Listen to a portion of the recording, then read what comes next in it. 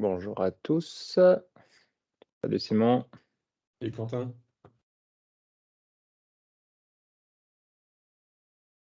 Tu vas bien? Très bien, et toi? Très bien, merci.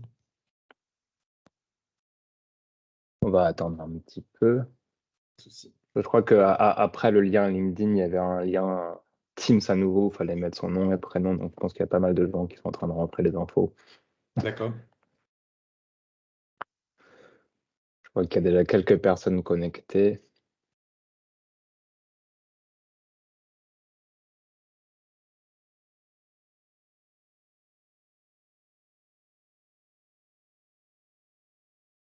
Bonjour Émilie.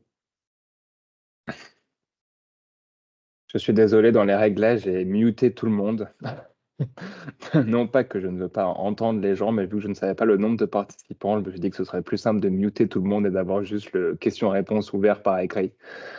Euh, mais on peut faire du langage des signes. Donc bonjour, bon appétit, bon dé... En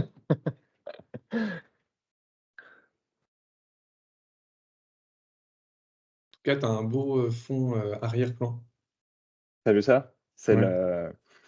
c'est la base rebelle. Mais c'est sympa le branding que tu as fait, je trouve. Ouais. Il va peut-être changer légèrement.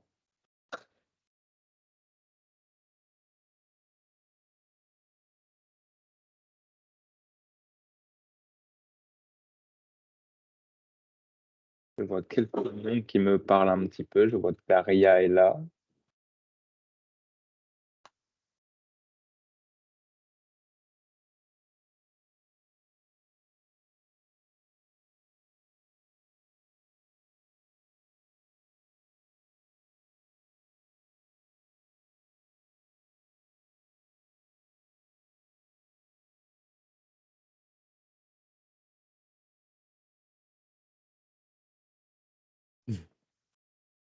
Pour moi, on peut commencer quand tu veux, hein, Quentin.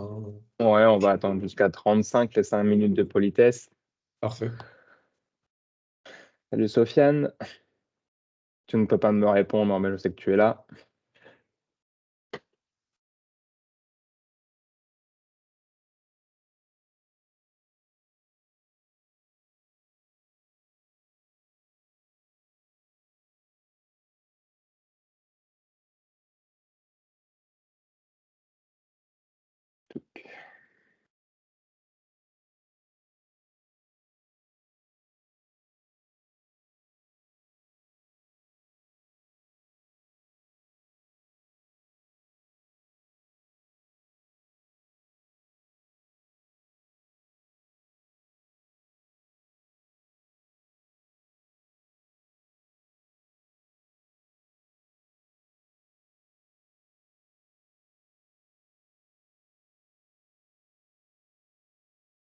Le partage d'écran, c'est bon, Simon?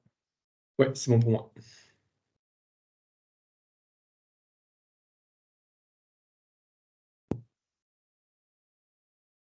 Encore 2 petites minutes. Attends, ils seront peut-être coincés sur la route.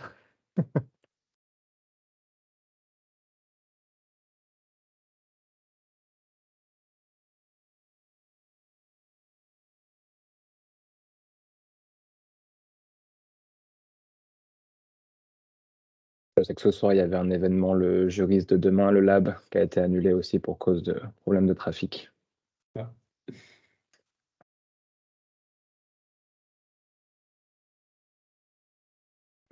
Ça peut vous rassurer, l'autoroute qui relie Metz à Luxembourg est fermée également. Complètement.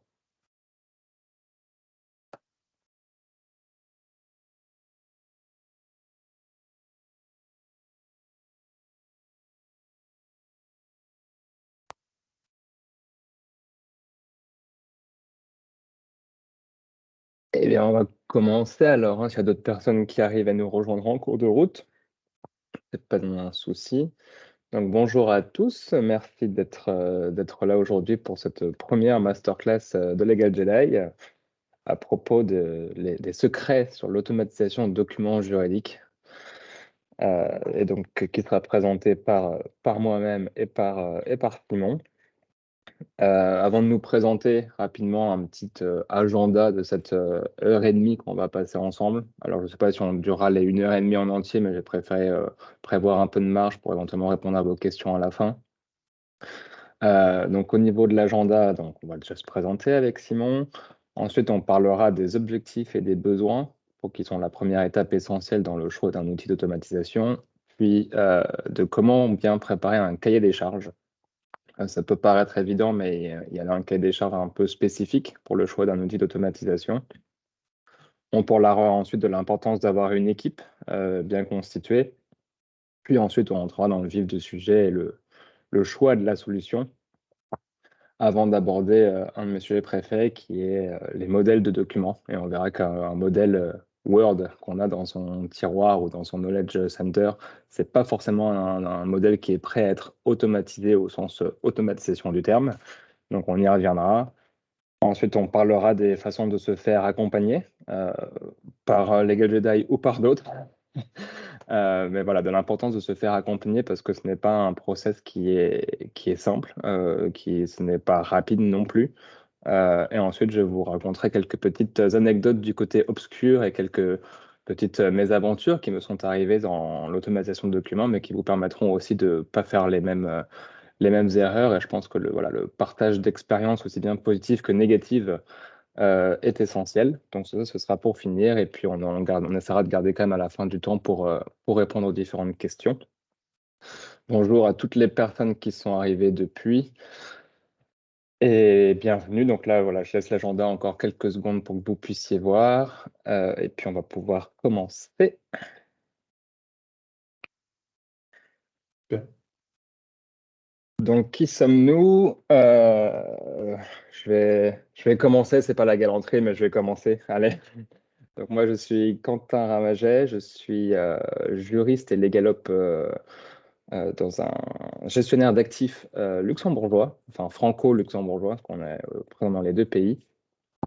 Et depuis le début du mois de janvier, j'ai lancé mon activité de conseil et d'accompagnement aussi bien pour les legal tech que pour les directions juridiques ou départements ou legal tech, pardon.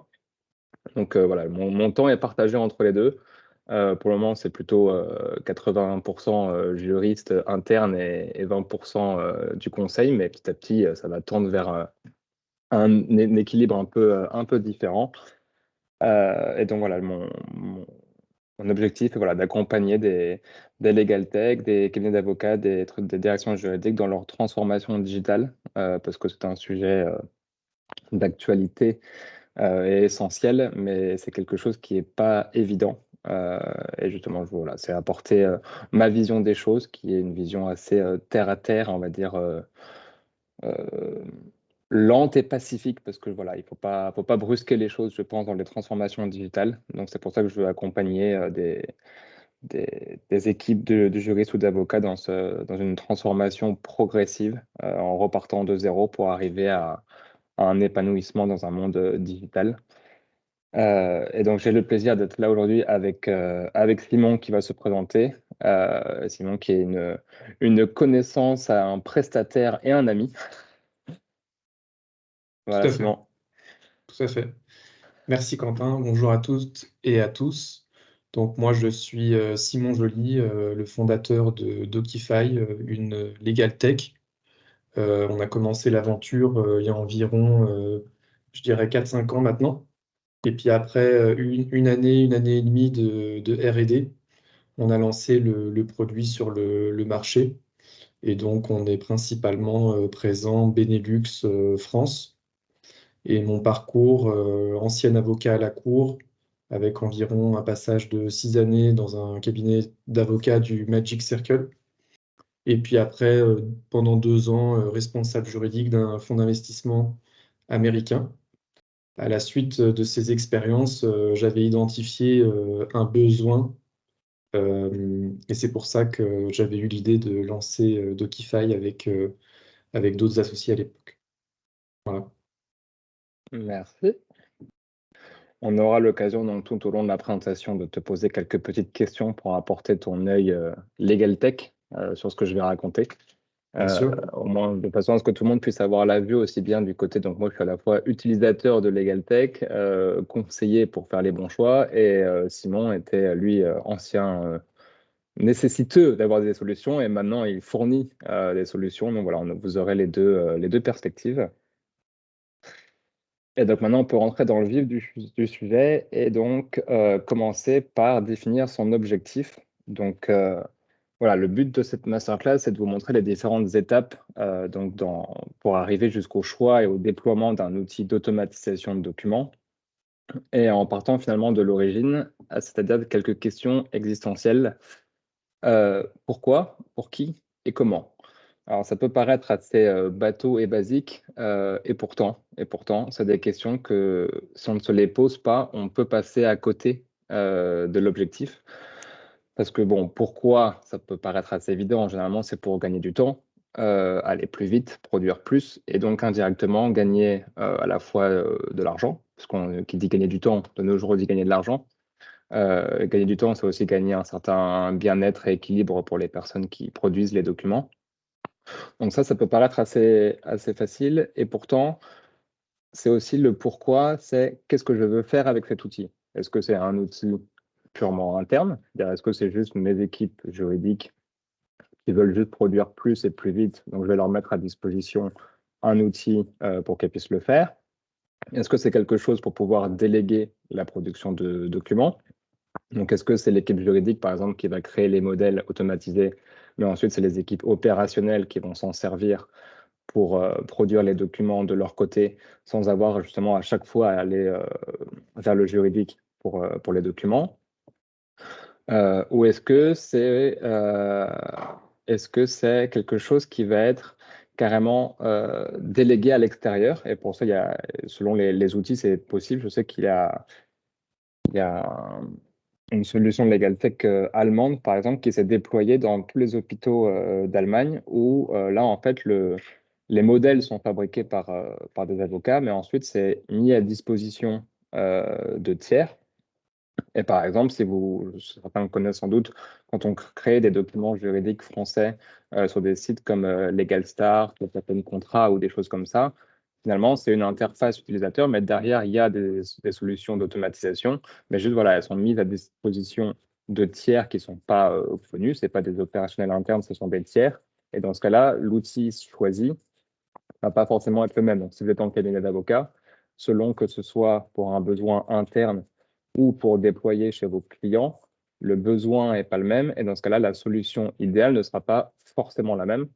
On y reviendra plus tard quand je vous raconterai les petites péripéties. Vous verrez que en passant moi d'une société à une autre, le besoin n'était pas le même et donc l'outil n'a finalement pas été le même.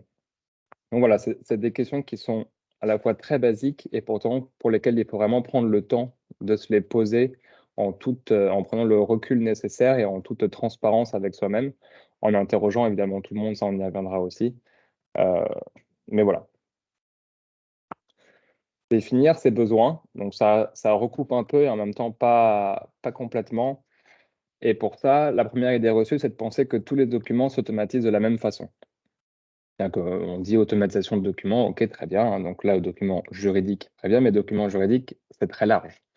Et dans les documents juridiques, il y a une multitude de documents différents qui ne vont pas forcément s'automatiser de la même façon ou avec la même facilité.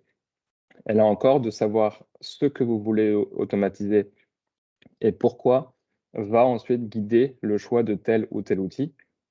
Pour prendre un exemple, si vous avez des documents plutôt bon, en tout cas, nous, en plus, on est à Luxembourg avec Simon. On a beaucoup travaillé à Luxembourg dans les fonds d'investissement. Donc, c'est des choses qui ont du comment dire, il y a beaucoup de formalités, de formalisme. Par exemple, vous avez des fonds d'investissement avec des centaines ou des milliers d'investisseurs qu'il faut convoquer. Vous voulez automatiser la convocation de vos investisseurs ou les reporting à vos investisseurs. Voilà, c'est quelque chose sur lequel il va falloir beaucoup de données et en même temps, et du coup pour des documents qui vont être relativement standardisés. Inversement, si vous êtes plutôt en cabinet d'avocat et que vous souhaitez automatiser la création de SPA ou d'autres documents en M&A qui sont beaucoup plus complexes, pour lesquels il y a beaucoup plus de variables et et d'incertitude, voilà, ça va être quelque chose pour lequel vous allez avoir besoin de closiers intelligents, de références croisées, de numérotation automatique, etc. Et donc, du coup, on voit tout de suite que ça ne va pas être le même besoin en termes d'outils forcément, ou du moins selon le volume et la catégorie des documents que vous aurez, le besoin n'est pas le même. Donc, c'est pour ça que c'est important de bien faire un inventaire du type de document que vous avez automatisé, de votre besoin, pour ensuite, lorsque vous chercherez la solution idéale, pouvoir aussi préparer votre cahier des charges en fonction et aller vers le choix d'une solution adaptée vraiment à votre besoin.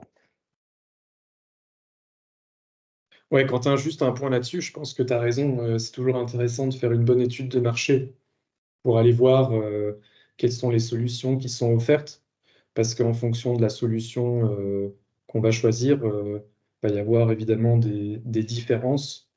Et nous, c'est vrai que chez Docify, ce qui était très important quand on a commencé cette aventure, c'était le fait que la solution doive être intuitive et puisse être utilisée par tous.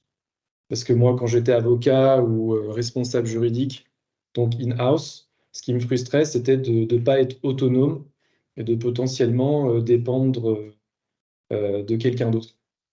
Et donc, pour moi, créer une solution où le caractère intuitif et l'autonomie soient respectés, c'était vraiment quelque chose d'essentiel. Super.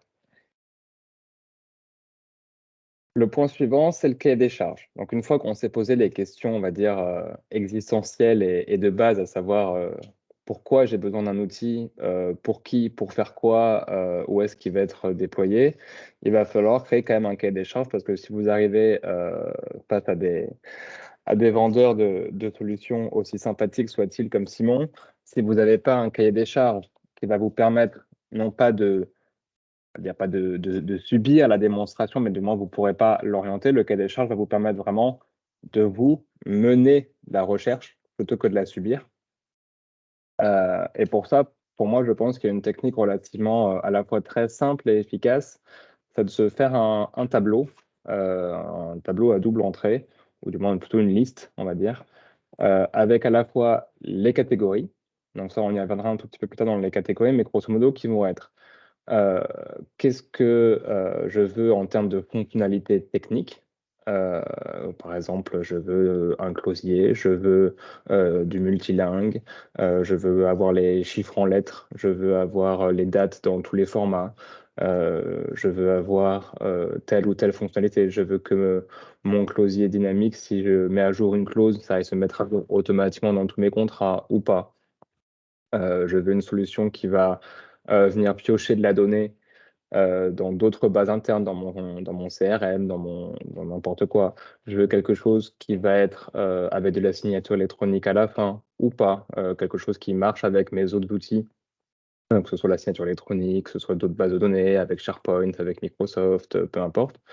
Ça peut être la catégorie IT aussi. Donc, qu'est-ce que je veux en termes d'IT? Est-ce que je veux une solution SaaS? Est-ce que je veux une solution SaaS mais avec un cloud dédié? Est-ce que je veux une solution qui puisse être sur le cloud de mon choix ou éventuellement même on-premises, donc déployé sur les serveurs internes? Est-ce que j'ai des standards en termes de sécurité informatique à respecter? Je sais que moi, lorsque j'étais en cabinet d'avocat, à Luxembourg avant, par exemple, le barreau ne voulait pas de solution SaaS cloud et de solution Google. Et c'était un vrai sujet pour le coup pour choisir des solutions tech. Le barreau ne voulait pas de choses qui soient hébergées sur Google. Alors pour des raisons plus ou moins valables, là n'est pas le sujet. Mais du coup, voilà, on avait cette contrainte vis-à-vis du barreau de ne pas prendre des solutions, ou du moins d'éviter au maximum les solutions qui étaient sur Google. Donc voilà, ça c'est un critère qu'on avait mis dans notre cahier des charges. Donc voilà, c'est se faire tout un listing avec les différentes fonctionnalités, les différentes atouts que vous voulez de votre outil selon vos besoins et le type de document que vous allez vouloir automatiser. Et ensuite, pour chacun d'eux, vous allez devoir dire si c'est un must-have ou un nice-to-have. Donc, est-ce que c'est quelque chose vraiment d'obligatoire ou est-ce que c'est quelque chose qui est bien, mais sur lequel vous pouvez faire l'impasse. Et ce qui va vous permettre ensuite, lorsque vous aurez des démonstrations, et lorsque vous allez approcher des providers de solutions d'automatisation, de dire voilà, notre cahier des charges, c'est ça. Déjà, est-ce que vous cochez tous les must-have? Si la réponse c'est oui, bon, on peut continuer. Si c'est non pour la moitié des must-have, on peut aller voir ailleurs parce qu'a priori, ça semble quand même mal embarqué. On verra après qu'il y a toujours moyen de discuter et que c'est pas forcément parce qu'il manque une ou deux cases que c'est un non définitif. Mais voilà, ça permet vraiment de faire quelque chose d'assez simple. Et pour vous raconter une petite expérience, lorsque j'étais en cabinet de conseil avant, donc j'étais chez PwC, et on avait voulu en fait essayer de trouver un outil d'automatisation commun pour l'ensemble des bureaux du réseau, ou du moins en Europe. Et on avait fait en fait ce cahier des charges, chacun de notre côté, pour ensuite comparer.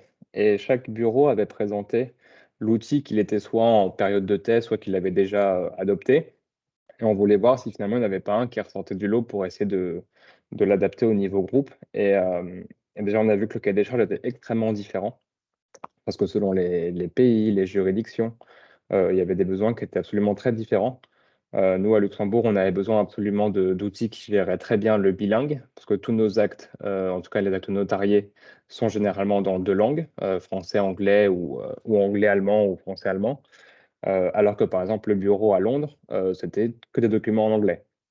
Donc là, voilà, on avait déjà des différences quand même assez importantes.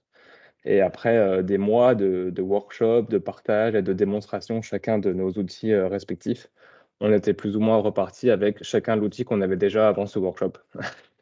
Donc, je crois que depuis, il y a un outil commun qui a été trouvé. Mais voilà, l'idée, c'est de vous montrer que vraiment vos besoins sont propres à vous-même et que l'étape du cahier des charges est très importante pour éviter quelques semaines ou mois après le déploiement de vous dire ah tiens j'avais oublié de cette fonctionnalité-là. Pour moi les références croisées c'est hyper important. Finalement il n'y a pas, bon bah pas de chance. Inversement, si vous n'en avez pas besoin, c'est quelque chose que vous ne mettrez pas dans votre cahier des charges, vous le mettrez en nice to have au cas où, mais c'est pas une nécessité. Et dans ce cas-là, on peut continuer. Donc voilà, les catégories, j'en ai vaguement parlé, mais voilà, vraiment bien les répertorier. Donc, on va avoir les fonctionnalités de base. Et voilà, qu'est-ce que vous attendez de l'outil? Est-ce que vous voulez qu'il fasse juste de l'automatisation? Est-ce que vous voulez quelque chose qui fasse aussi les workflows, la négociation, la signature, du ticketing, etc. Donc, quelque chose d'un peu plus complet que juste de l'automatisation. Comment vous voulez qu'il soit configuré, grosso modo? Les fonctionnalités avancées, c'est tout ce qu'on a dit, ça va être les chiffres en lettres, les références croisées, les closiers, etc. Ensuite, il y a tout ce qui va être voilà, langue, grammaire et conjugaison, où là encore, selon la complexité de vos documents, selon la juridiction dans laquelle vous travaillez, ou les juridictions, parce que là, encore une fois, si c'est un outil, si vous travaillez dans un groupe international, si c'est un outil qui a vocation à être local, bon, bah, le cahier des charges ne sera pas le même que si c'est un outil qui a vocation à être déployé dans différents pays, donc différentes juridictions. Et dans ce cas, il faudra faire un cahier des charges global. Donc là encore, voilà des petites subtilités, où là encore, voilà, la grammaire, la conjugaison, c'est quelque chose qu'il y aura beaucoup dans le cahier des charges, par exemple, pour une solution à déployer en France, parce qu'on a ces problèmes, entre guillemets, d'accords en genre, en nombre et en conjugaison, quelque chose qui sera beaucoup moins présent si vos documents sont tous en anglais, où pour le coup, il y a beaucoup moins de complexité en termes d'accords et de grammaire. Dans les catégories, il faut aussi inclure ce que vous voulez en termes d'expérience utilisateur, que ce soit aussi bien pour ceux qui vont créer les modèles automatisés, donc seulement c'est les juristes, mais voilà, qu'est-ce que vous voulez? Est-ce que vous voulez vraiment du no-code, du low-code? Est-ce que vous voulez quelque chose de très complexe, de relativement simple? Et aussi, donc ça c'est pour la vue préparateur, et aussi qu'est-ce que vous attendez de la vue utilisateur? Et là, on en revient à la question de départ qui est le pour qui ou le pourquoi. Qui va être l'utilisateur? Et du coup, qu'est-ce que vous voulez que les utilisateurs est comme interface. Généralement, l'automatisation de documents, ça passe par un questionnaire. Mais qu'est-ce que vous voulez de ce questionnaire? Est-ce que vous voulez qu'il soit complètement modulable? Est-ce que vous voulez qu'il puisse avoir les couleurs de votre entreprise et votre logo? Est-ce que vous voulez qu'il puisse être modifiable? Est-ce que vous voulez qu'il puisse être mis sur votre intranet? Est-ce que vous voulez qu'il puisse être déployé chez des clients? Est-ce que vous voulez une preview du document quand on complète le questionnaire ou pas? Donc voilà, il faut vraiment se placer des deux côtés, du côté de celui qui va préparer les documents, du moins préparer les modèles automatisés, et du point de vue de celui qui va les générer et mettre dans votre cahier des charges vraiment tout ce que vous souhaitez. Ensuite, IT et sécurité, on en a parlé un petit peu. Où là encore, voilà, est-ce que vous voulez du SaaS ou pas? Est-ce que vous voulez que du stockage de documents ou pas?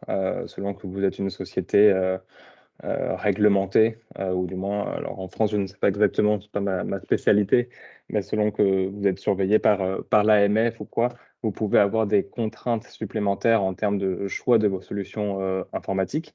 Donc là aussi, c'est à prendre en considération. Et ensuite, en termes de prix, donc ouais, évidemment, quand je dis prix, c'est pas le moins cher, c'est qu'est-ce que vous voulez comme modèle de pricing aussi. Ça peut être quelque chose d'intéressant à mettre dans votre cahier des charges pour savoir là, est-ce que vous voulez quelque chose qui ne dépendra pas forcément du nombre d'utilisateurs parce que vous ne pouvez pas savoir à l'avance? Est-ce que vous voulez quelque chose plutôt qui va dépendre du nombre de documents générés, quelque chose qui va dépendre de, voilà, quelle est votre idée un petit peu du pricing selon vos besoins, encore une fois. Si vous avez énormément d'utilisateurs, vous allez peut-être pas vouloir forcément un pricing par utilisateur ou du moins quelque chose qui va proposer des fourchettes, mais pas forcément individuelles parce que vous avez beaucoup de fluctuations du nombre d'utilisateurs. Ou inversement, si vous avez peu d'utilisateurs, dans ce cas-là, ça pourrait être une formule un peu plus intéressante.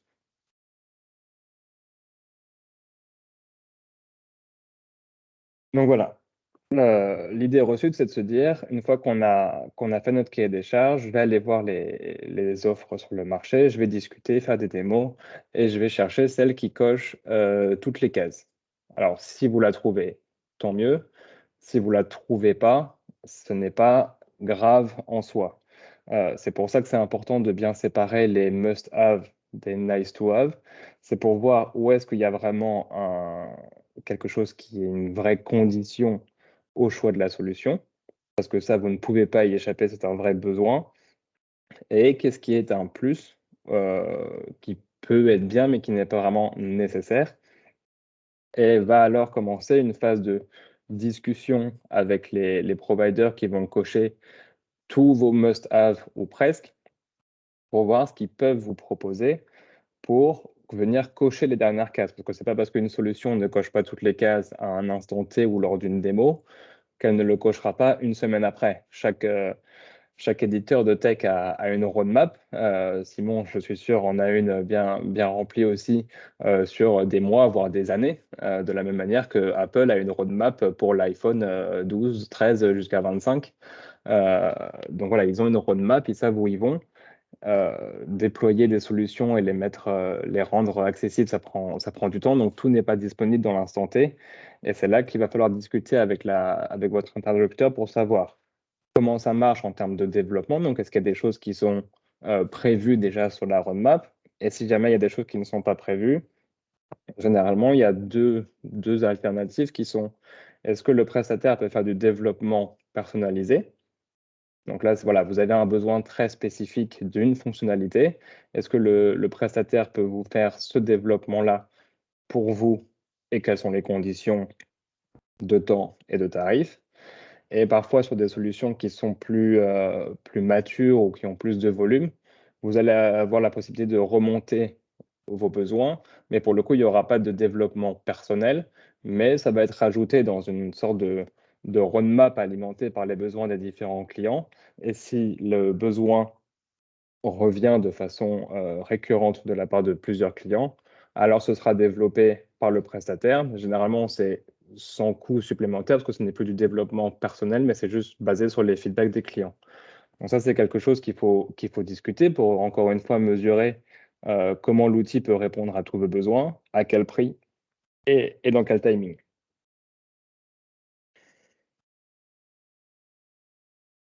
Maintenant, on va pouvoir parler des rôles.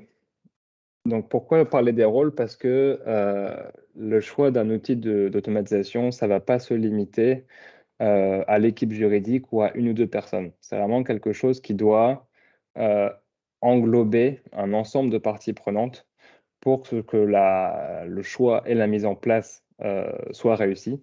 Et c'est pour ça que pour moi, c'est vraiment une pyramide complète, c'est vraiment tout le monde qui doit être impliqué.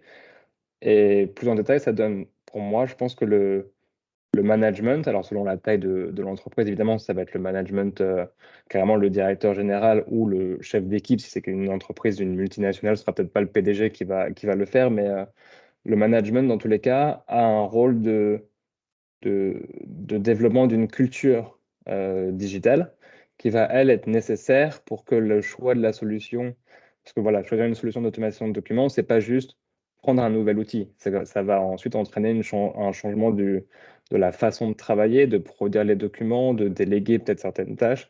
Donc ça va pas juste être une des conséquences isolées.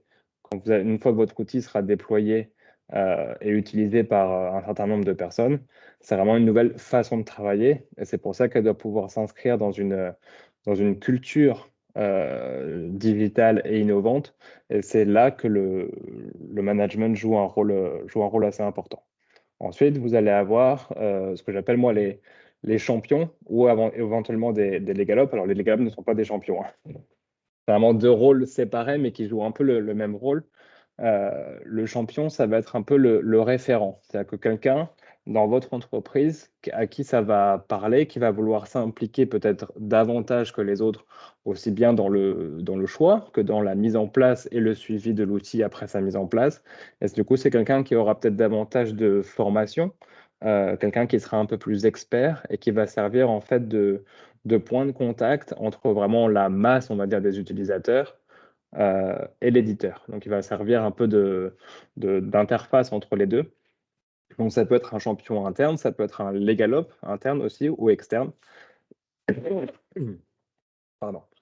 Et enfin, on a les utilisateurs qui, eux, vont être les utilisateurs au quotidien et qui sera vraiment important d'embarquer en fait dès le début.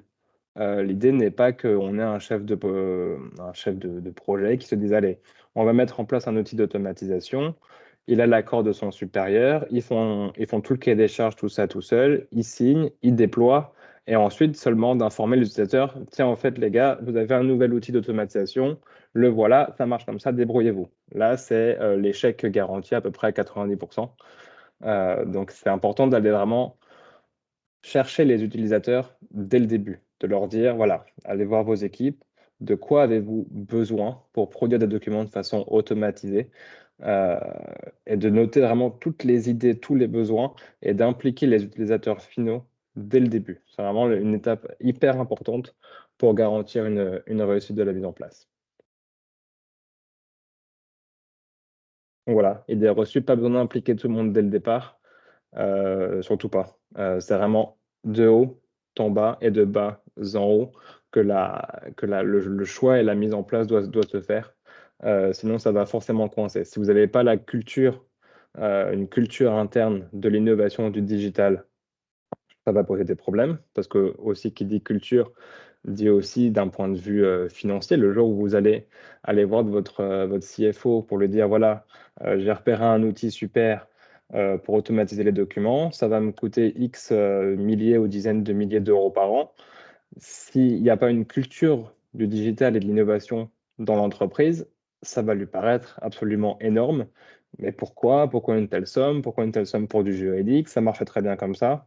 Alors que s'il y a une culture au niveau managérial de l'innovation et du digital, la demande sera forcément mieux perçue, sera plus cohérente avec la culture de l'entreprise et donc passera mieux.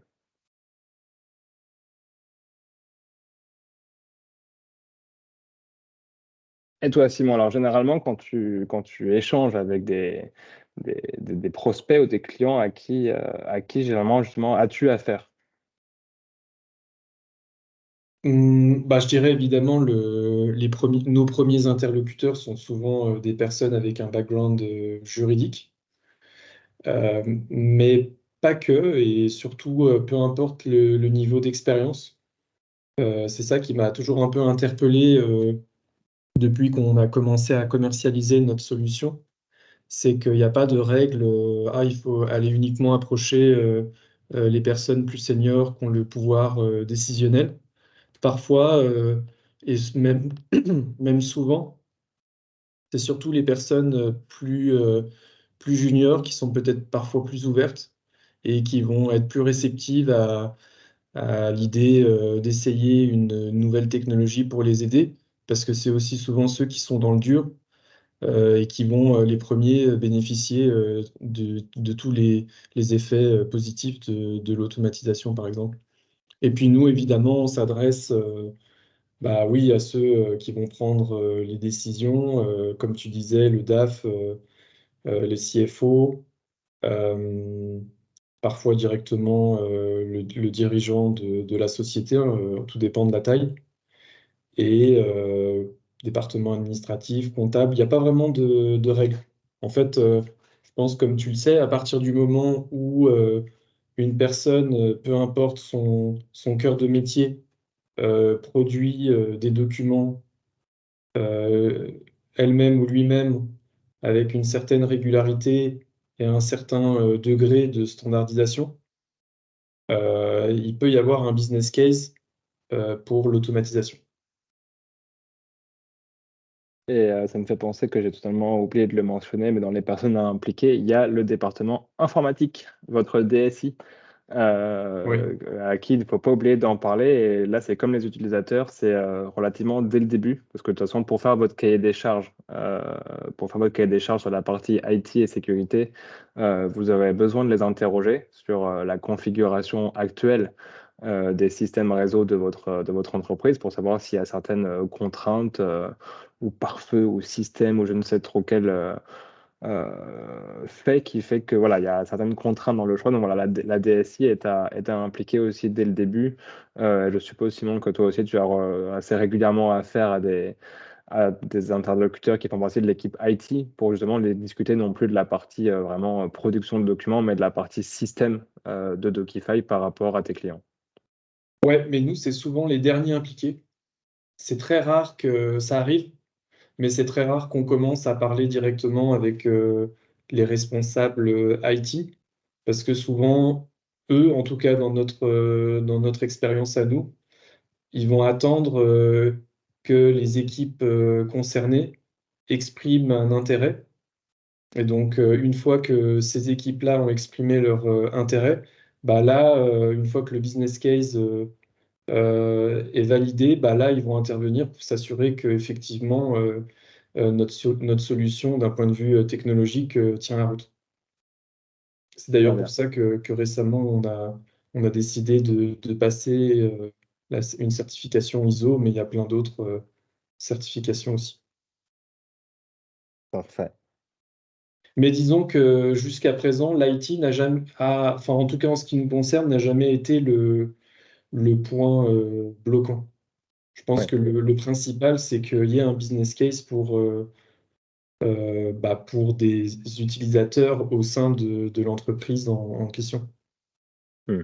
Sachant que le point bloquant au niveau IT, il peut plus souvent venir du côté client que de ton côté à toi, qui est une solution on va dire qui peut s'adapter à tout le monde. Généralement, quand il y a un Voilà, c'est blocage, ça. généralement, il est plus du côté client qui a, selon la taille et la maturité de l'entreprise, à des systèmes informatiques plus ou moins complexes et verrouillés. Euh, voilà, pour avoir travaillé en Big Four, pour faire rentrer un logiciel externe dans les Oui, systèmes informatiques d'un Big Four, c'est pas impossible, mais il faut compter 2 ans de process. c'est ça. Mais c'est vrai que quand on a commencé, on avait beaucoup de prospects qui nous parlaient de mettre notre solution chez eux, donc on-premise. Et là, maintenant, de plus en plus, je crois qu'on n'a pratiquement jamais une entreprise qui nous impose ça et les entreprises sont quand même généralement très ouvertes pour que ça soit sur du cloud. C'est devenu un peu la norme, à mon sens en tout cas. Hmm. Merci beaucoup.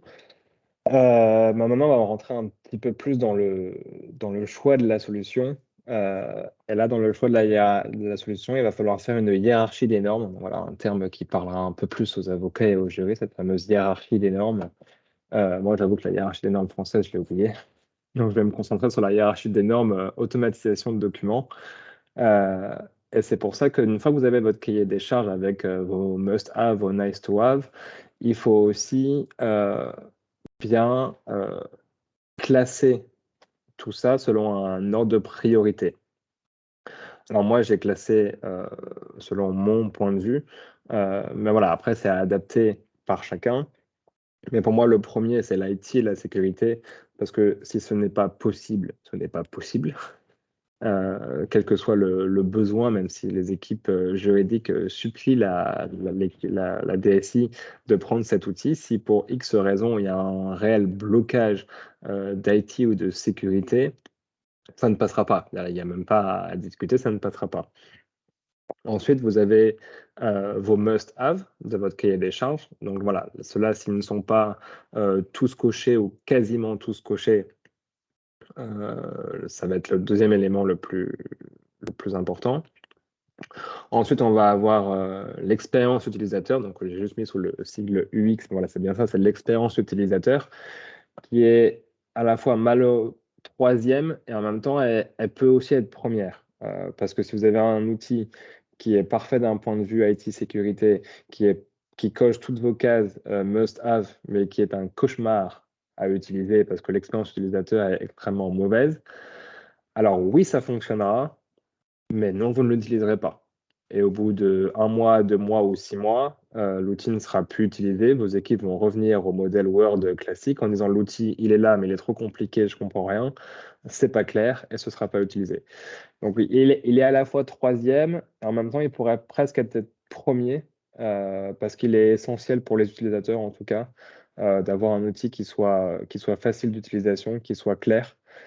Et pour le coup, moi, ça fait 2 ans maintenant ou 2 ans et demi, je crois, que j'utilise Docify dans mon quotidien de juriste.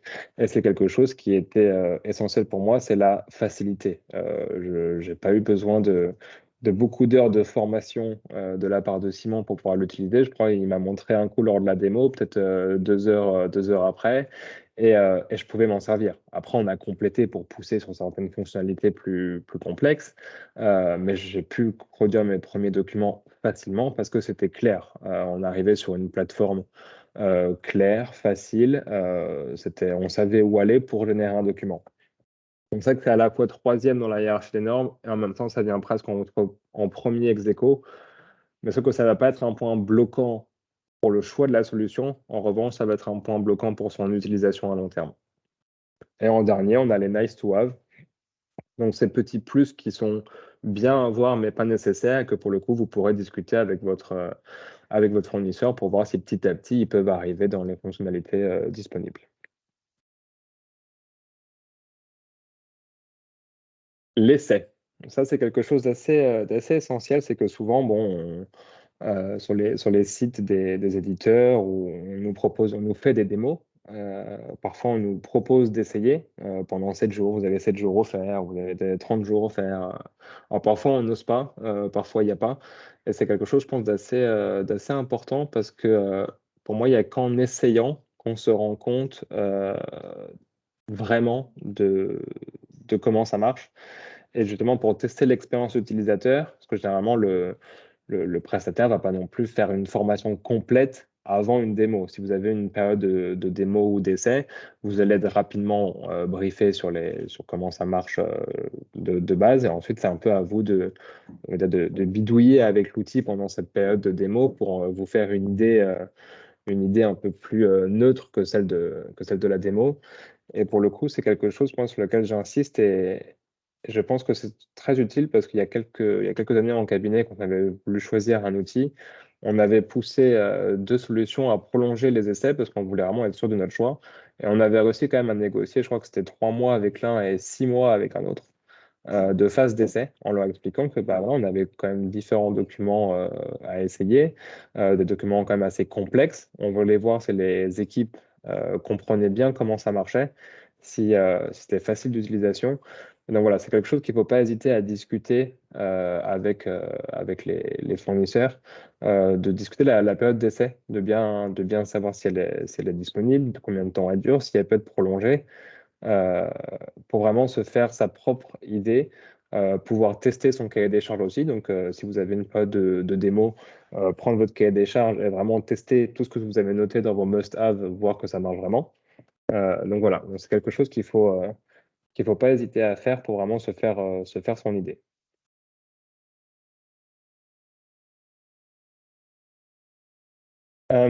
Simon, qu'est-ce que tu peux nous dire sur voilà, qu'est-ce qui est généralement l'élément un peu déclencheur avec tes prospects? Qu'est-ce qui va finalement les amener à signer au bout d'un moment? Qu'est-ce qui va les pousser à faire le choix?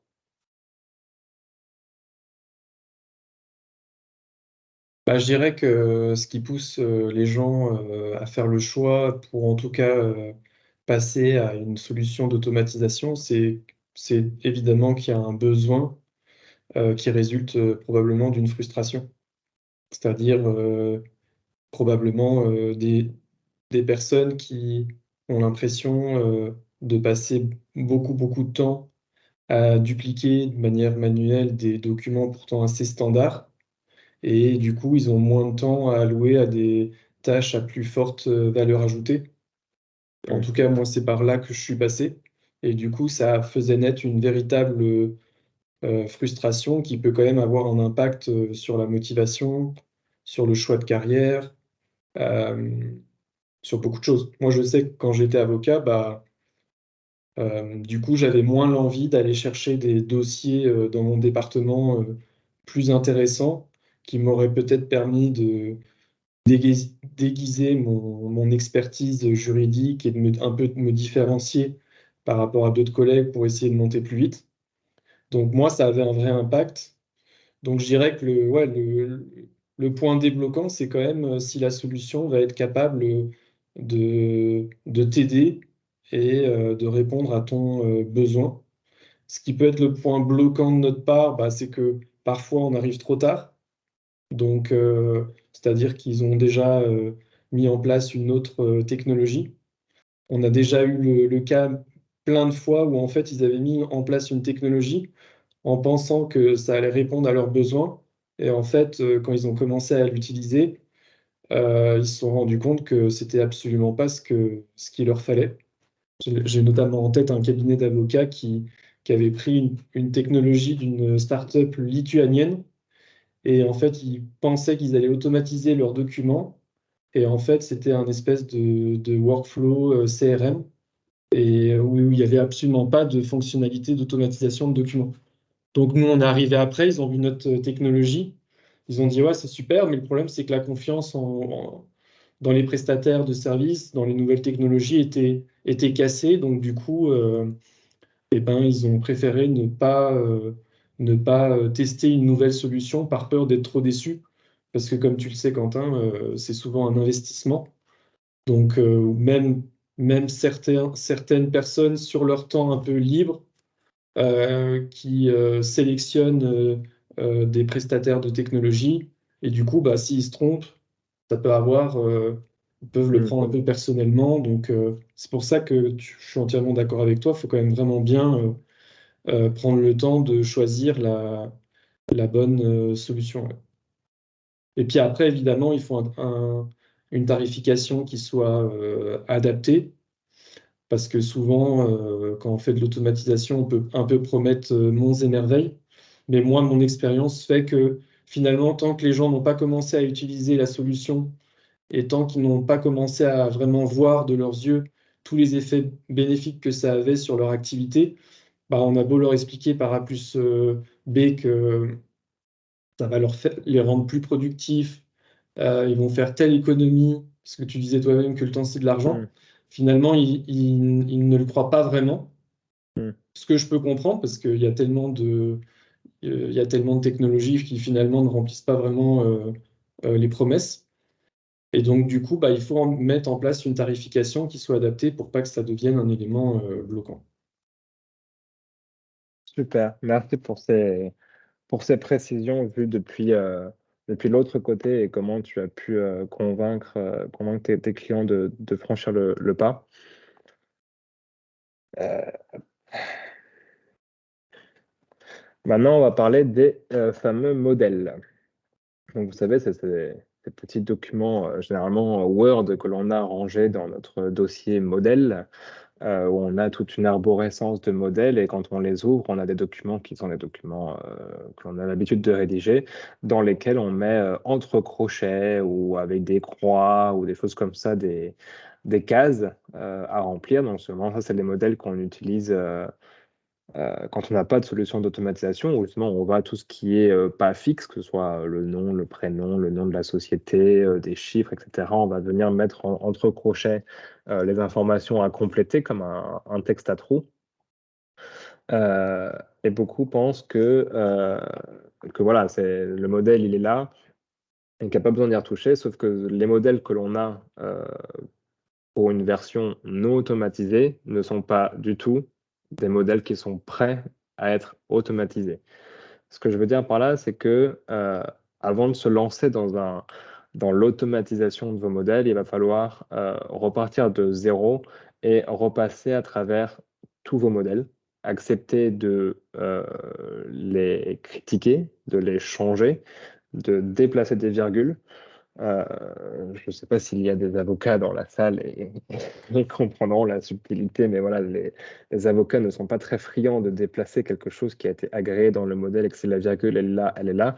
Mais là, il faudra peut-être accepter de la déplacer, de changer un mot pour en mettre un autre. Euh, et c'est pour ça que pour moi, il y a 4 étapes qui sont relativement importantes. Le premier, c'est le formatage. Parce que quand vous avez vos modèles, en version Word ou autre, que vous allez avoir besoin de produire un document, bon, bah, vous allez l'ouvrir, compléter les trous, et vous n'allez pas forcément retoucher le format. Quand vous allez automatiser vos documents, euh, le formatage va être quelque chose d'assez important, quelque chose qu'il faudra prendre en compte aussi dans le choix de la solution. C'est qu'est-ce qu'elle vous offre comme possibilité en termes de formatage. Et généralement, la plupart des solutions permettent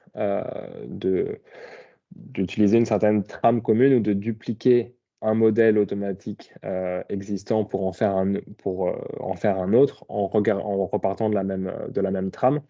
Et dans ce cas-là, si votre format n'est pas, tous vos documents n'ont pas un format standard et aligné, vous allez perdre un temps fou à retravailler le format à chaque fois. Donc, ce que je veux dire par là, c'est que, par exemple, imaginons que vous êtes en droit des sociétés, vous êtes avocat en droit des sociétés ou juriste en droit des sociétés. Si tous vos PV d'assemblée générale, de conseil d'administration, vos convocations, vos contrats n'ont pas un certain format standard, c'est-à-dire que tous les contrats internes ont tel format, sont rédigés de telle façon, avec les parties, avec ça, avec la date dans tel format ici, la date dans tel autre format là, avec les chiffres uniquement en chiffres et en lettres, mais que ce soit pareil dans tous les documents, on va dire de la même famille, vous allez ensuite perdre un temps fou à les automatiser, alors que déjà de faire ce premier travail de travailler sur le format, vous allez gagner un temps fou. Ensuite, il y a la standardisation. C'est un peu le même principe, mais là, on n'est plus sur le format, on est sur le contenu. Et ce que je veux dire par là, c'est que si vous avez, je ne sais pas moi, 40 modèles de contrats différents, il y a forcément des clauses qui vont être différentes selon le contrat, mais vous allez avoir des clauses qui sont communes dans tous les contrats. La clause de juridiction, la clause sur la signature, la clause sur enfin, je ne sais même plus comment on dit les termes en français, mais la clause de sévérabilité, alors je ne sais pas comment ça se dit en français. Mais voilà, vous avez un certain nombre de clauses que l'on retrouve dans tous les contrats, mais qui parfois, quand c'est uniquement des modèles en version Word, ne sont pas forcément les mêmes, parce que les modèles n'ont pas été préparés au même moment par la même personne, etc. Et dans ce cas-là, une même clause de juridiction, même si c'est relativement standard, ne va pas forcément être rédigée de la même façon ou avec exactement les mêmes mots dans tous vos modèles de contrat. Et ça, c'est quelque chose qu'il faudra corriger avant d'automatiser. C'est que vraiment, toutes vos clauses identiques doivent être partout les mêmes, ce qui vous permettra, alors selon les solutions, s'il y a un closier ou même s'il n'y a pas de closier, d'avoir ce même wording qui fait que le jour où il devrait être modifié, déplacé ou changé, la modification sera partout. Vous saurez où cette clause est, quel était son wording avant, quel sera son wording après. De la même façon, La standardisation va vous permettre ensuite, quand vous allez créer votre questionnaire qui va vous permettre de compléter vos documents, si vous n'avez pas tous vos champs et vos variables qui sont appelés de la même façon, ça va vous prendre énormément de temps ensuite à faire vos questionnaires. Par exemple, dans les descriptions d'une partie, si c'est une personne physique, nom, prénom, né, le, à et demeurant ou dont l'adresse est, etc. Il faut qu'ensuite tous les termes qui sont entre crochets, vos variables ou les informations que vous demandez soient identiques partout où vous avez des informations sur une personne physique, partout où vous avez des informations sur une personne morale, ce qui vous permettra ensuite, quand vous allez automatiser et créer votre questionnaire, de pouvoir réutiliser cette construction comme un puzzle en fait. Parce qu'autant quand vous travaillez sur des documents Word qui sont rangés sur vos serveurs, c'est pas très grave parce que voilà, vous ouvrez le document, vous le complétez, il est devant vous. Quand vous passez à une version automatisée digitale, petit à petit, ça va devenir un peu comme un grand puzzle. Vous allez avoir tous vos modèles automatisés et vous allez venir en fait construire vos nouveaux modèles à partir des autres et pour le coup piocher le format, les clauses, etc., etc. Donc là, la standardisation joue un rôle très important.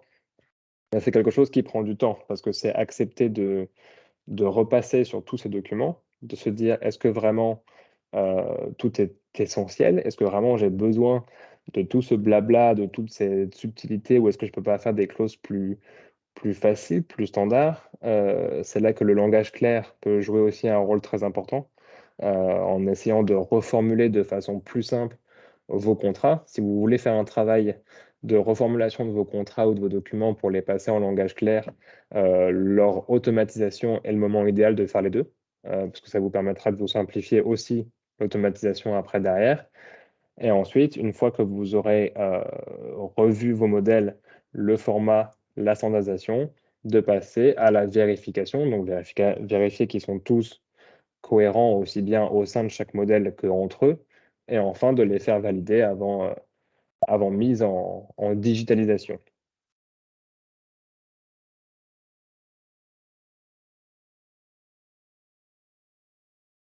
Simon, je ne sais pas si tu veux nous partager un petit peu ton retour sur toi qui accompagnes tes clients dans comment dire, dans la mise en place de leur modèle dans Docify. Qu'est-ce que tu as pu un petit peu observer dans les modèles de tes clients? Est-ce que généralement est-ce que les modèles généralement sont prêts? Est-ce que tu as vu parfois que c'était pas du tout prêt ou au contraire il y a un progrès qui s'opère? Moi, je dirais que à l'heure actuelle, la tendance, c'est que la plupart de nos prospects, clients, semblent quand même prêts au passage à l'automatisation parce que justement, ils ont bien compris que beaucoup des documents qu'ils produisaient, si c'est en interne, en in-house, bah, évidemment, la roue n'est pas réinventée à chaque fois. Donc, parfois, en effet, il n'y a pas le travail que tu as décrit qui est fait, c'est-à-dire d'avoir identifié les variables, etc. Mais étant donné qu'il y a déjà beaucoup de précédents, bah, finalement, le, je dirais que la création du modèle est quand même assez rapide. Et pour les cabinets d'avocats qui, eux, font des modèles peut-être parfois beaucoup plus complexes, donc là, il y a un peu plus de challenge. Surtout que nous, évidemment, il arrive que ça soit un domaine tellement spécifique que les avocats vont quand même le faire eux-mêmes, parce que s'il fallait nous expliquer toutes les alternatives, toutes les différentes clauses possibles, etc., finalement, ils perdraient trop de temps. Donc, mais je dirais que ouais, la tendance est quand même clairement par rapport à quand j'ai commencé il y a 3-4 ans, où j'avais l'impression que les gens voulaient moins entendre parler d'automatisation. Là, clairement, on n'est plus dans cette logique-là. Pratiquement peu importe la taille du client et le volume, euh, je dirais que pratiquement tout le monde veut passer à l'automatisation parce que même si il y a moins de volume, bah, les gens ont quand même toujours envie de gagner du temps pour se consacrer à des tâches à plus forte valeur ajoutée. Ou tout simplement rentrer un peu plus tôt chez eux, ou gagner en équilibre de vie, ou faciliter le travail d'équipe parce que quelqu'un a validé un modèle, donc tout le monde peut utiliser le modèle et être sûr qu'il n'y a pas de petites fautes, de petites typos dans le modèle. Merci Simon.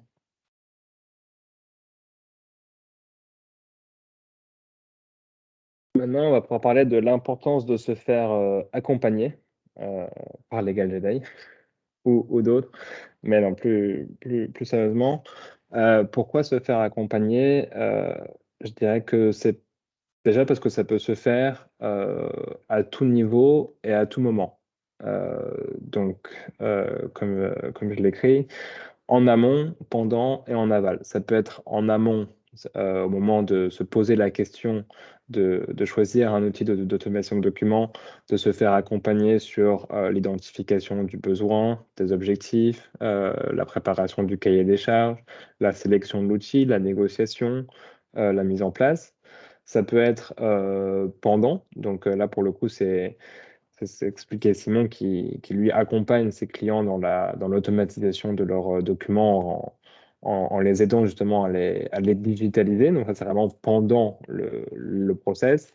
Et ça peut être aussi ensuite, une fois que l'outil est adopté et déployé, se faire accompagner dans la récolte du feedback des utilisateurs pour faire remonter aux fournisseurs que c'est quelque chose qui vient pas toujours à l'esprit, mais c'est extrêmement important de récolter l'avis des utilisateurs qui vont pas forcément penser à le faire remonter ni à leurs supérieurs ni aux fournisseurs pour ensuite voir voilà, les points de friction, les choses qui pourraient être améliorées, les nouveaux besoins qui pourrait y avoir aussi.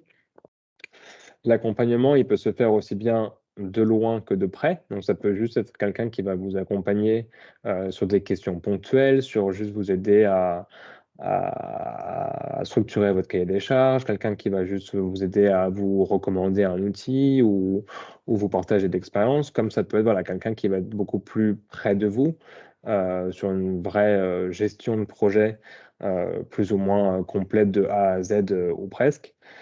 Ça peut être aussi bien en interne qu'en externe. Donc, ça peut être, comme on l'a vu tout à l'heure, une sorte de champion interne qui va vouloir prendre le sujet à bras-le-corps et se lancer dans la gestion de ce projet.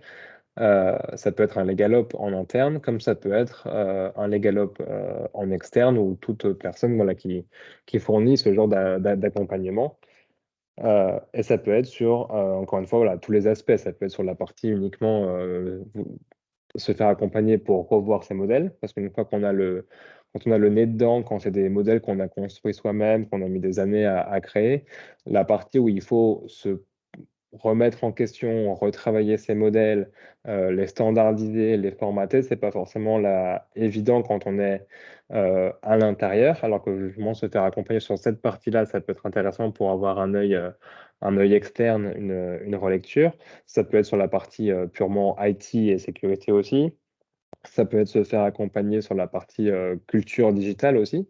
Donc voilà, c'est là qu'on voit que se faire accompagner, ça permet de mieux avancer, de mieux garantir la réussite du projet, mais surtout, c'est pas forcément quelque chose qui va vous prendre tout votre temps et qui va forcément vous coûter non plus des fortunes de prendre quelqu'un sur plusieurs mois à plein temps. C'est vraiment, ça peut être aussi bien très isolé, très ponctuel, très court, comme aussi très long selon, encore une fois, vos besoins et vos objectifs.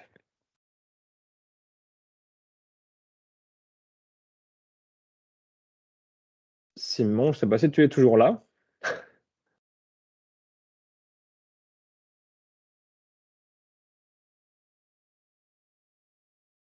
Je vois ton nom, mais je ne te vois plus.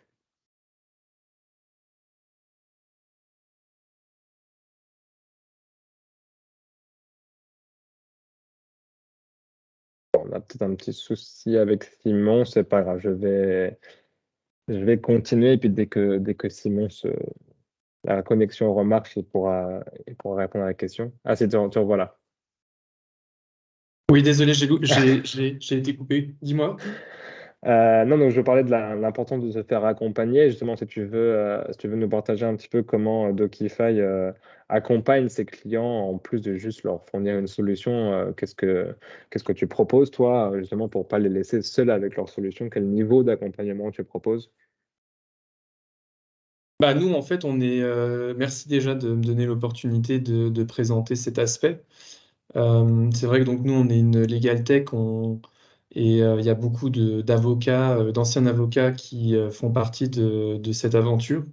Et donc, nous, on a à cœur d'accompagner nos clients avec le même standard qu'on aurait pu le faire en tant qu'avocat.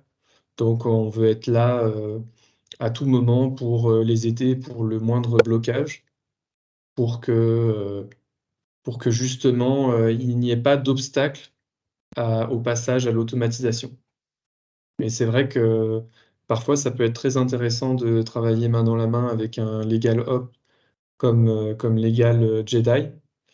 Euh, Parce que oui, ce passage à l'automatisation, c'est un changement et certains de nos clients ont besoin d'être plus accompagnés que d'autres. Donc voilà. Merci bien. Les petits bonus?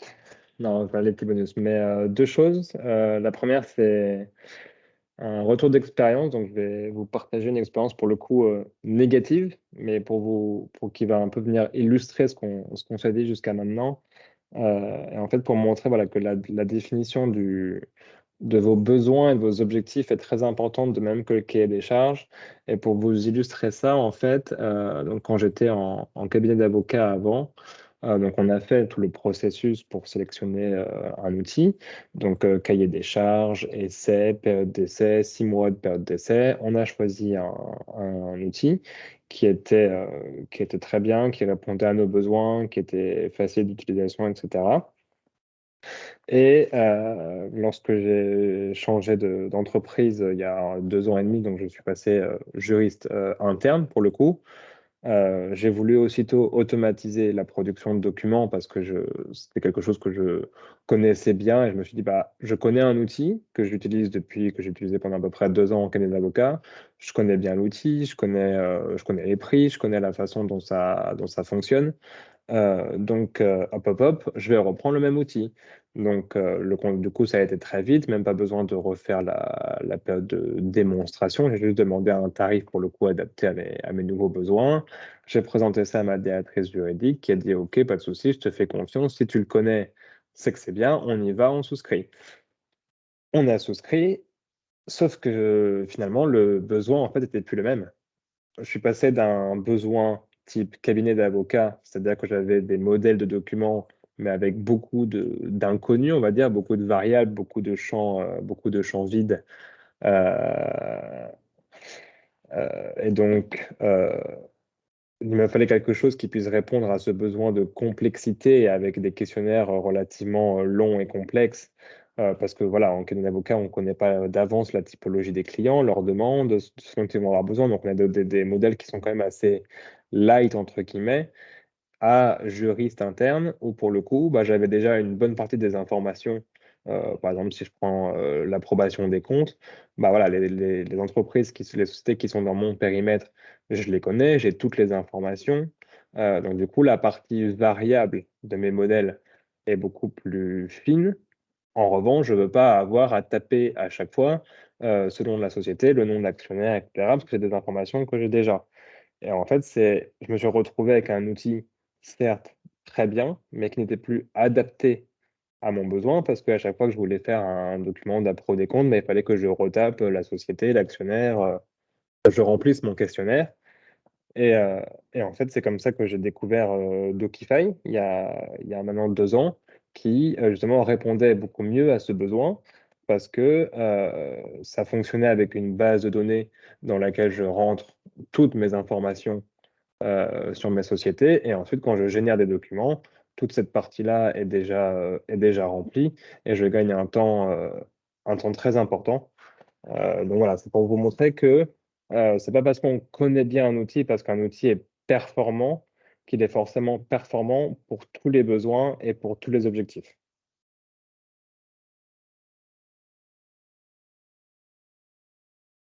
Et pour finir, avant de passer à vos questions, si vous en avez, je vais juste vous parler très rapidement de quelques outils. Donc il y a Docify évidemment, pour lequel Simon est là et dont moi je suis utilisateur, donc donc j'en suis satisfait depuis un peu plus de 2 ans. Et les autres outils sont des outils qui sont pas forcément français, donc que vous n'avez pas forcément en tête, mais que j'ai connus plus ou moins de près ou de loin. Le premier, c'est Beagle Legal, qui est un partenaire officiel de Legal Jedi et qui fournit une solution vraiment on va dire de A à Z, c'est-à-dire qu'il y a à la fois du ticketing, de l'automatisation, de la négociation, vraiment tout le workflow jusqu'à la signature électronique. Ils ont leur propre signature électronique. Voilà. Ensuite, il y a Lowlift, qui est une solution allemande et qui est celle que j'utilisais en cabinet d'avocat, donc qui est relativement simple pour faire des documents complexes, voilà, mais qui après a aussi d'autres limites. Et la dernière, c'est OziDoc, qui est une solution pour le coup française et qui là peut répondre à vraiment à des besoins de complexité parce que la solution permet vraiment de faire des documents automatisés et des questionnaires extrêmement complexes grâce à tout un différents niveaux de réglage, aussi bien sur le questionnaire que sur les documents eux-mêmes, que sur le format. Donc c'est un outil vraiment extrêmement complet et complexe qui viendra répondre à des besoins, mais pas forcément aux plus simples non plus. Donc voilà, donc c'était juste pour vous partager ces noms-là, que vous les ayez, si jamais après vous voulez aller jeter un coup d'œil. Dans les prestataires de services ou d'accompagnement, en dehors de moi, vous pouvez aller voir BAM Legal, qui est une société qui a été créée par Catherine Bamford, qui est anglaise, je crois, et qui s'est spécialisée dans l'automatisation de documents et qui a fait une sorte d'analyse des différents outils et qui publie pas mal de contenu, qui fait beaucoup de conférences, que ce soit le Legal Geek, le Clock, des choses comme ça un peu à travers le monde, et qui vraiment s'est spécialisé dans l'accompagnement en automatisation de documents aussi. Donc voilà, c'est BAM Legal. Vous trouvez sur LinkedIn, etc. Alors, est-ce que nous avons des questions? Alors, je ne sais pas si c'est dans la conversation ou dans le Q&R. Dans la conversation.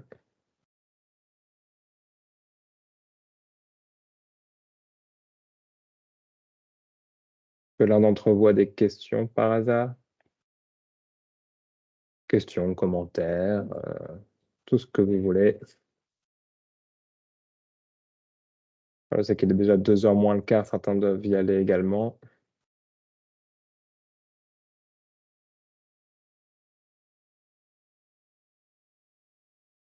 Non, bah, a priori, on n'a pas de questions pour aujourd'hui. Eh bien, merci à tous. Un replay sera disponible sous peu, le temps de l'enregistrer, de le mettre un petit peu en forme. J'essaierai, je me promets, j'essaierai d'en faire un replay en anglais. À ce qui paraît, on peut changer la langue des gens qui parlent avec l'IA, donc ce sera l'occasion d'essayer peut-être de faire un replay en anglais, voire dans d'autres langues. Et voilà, je partagerai tout ça sur LinkedIn et peut-être sur le site internet de Legal Jedi quand celui-ci existera, mais pour moi, il est encore en cours de production. Et sinon, n'hésitez pas à me contacter par LinkedIn ou vous pouvez trouver aussi Simon et Docify sur LinkedIn et sur Internet. Je vois qu'il y a une question, quelqu'un qui est en train d'écrire, donc je vais attendre au cas où ce soit une question.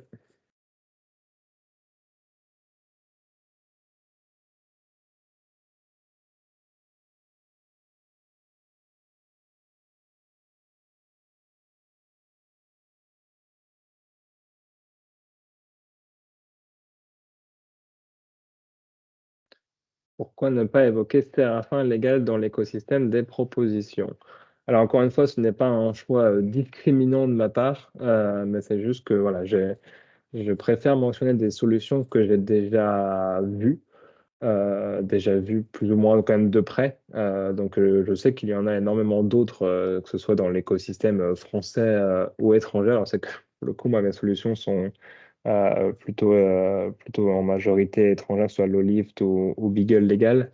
Mais voilà, c'est pas de discrimination du tout pour Séraphin. Je sais qu'il y a Gino aussi, je sais qu'il y en a plein d'autres. Donc, c'était pas du tout dans ce but-là, mais c'est juste que je ne les connais pas plus que ça. Donc je ne m'avance pas plus que ça non plus. Mais après, voilà, j'invite chacun à aller explorer. Et je sais qu'il y a toutes sortes de listings et de répertoires sur le village de la justice, etc., de toutes les legal tech françaises. Donc voilà.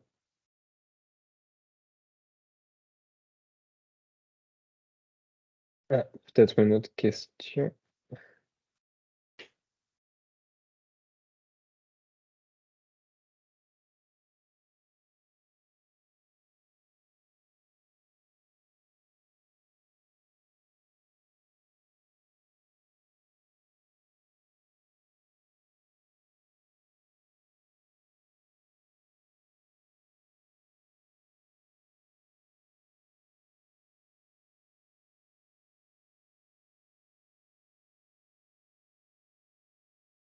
Au-delà de l'aspect de l'automatisation, quid de la gestion de la nomenclature des contrats? Effectivement, c'est un bon point, la nomenclature des contrats. Et c'est quelque chose d'assez important, qui est parfois négligé. Je ne sais pas si Simon, si tu veux dire un petit mot sur la nomenclature. Ouais, non, je suis d'accord, c'est un excellent point. Nous, c'est quelque chose qu'on a tout de suite voulu couvrir dans notre produit Docify. Je connais pas par rapport aux autres solutions, mais c'est vrai que nous, chaque fois qu'un un document est automatisé sur la base d'un modèle, évidemment, le document aura une nomenclature aussi automatisée pour que tous les documents produits soient nommés de la même façon. Donc, ouais, je suis tout à fait d'accord, c'est un point très important. Parce que c'est vrai que parfois on automatise, mais quand ça génère un document qui s'appelle juste document 1 ou document 2, alors que là, avec Docify, on a l'avantage, c'est que on peut mettre des variables dans le nom du document, qui permet de lui mettre la date du jour, ou la date de production, ou la date qu'on veut, le nom. Donc effectivement, l'automatisation de la nomenclature vient très bien compléter l'automatisation du document en lui-même.